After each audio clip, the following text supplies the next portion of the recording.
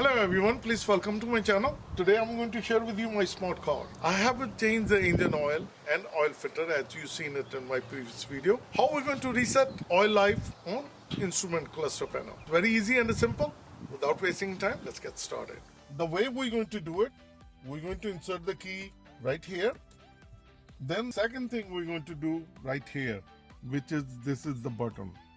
We're going to press it. Now I'm going to turn into number 1 position, and as you see that flickering sign, the wrench, the 2 wrench showing and it flickering. Within a couple seconds we're going to press it twice. 1, 2, and then we're going to turn off the key and take the key out. Now we're going to go back here. We're going to keep pressing the button and we're going to put the key again and we're going to turn into 1 position and keep pressing that button. As you see, the wrench was flickering. It takes almost 40 seconds, then the light has gone. And if we start it,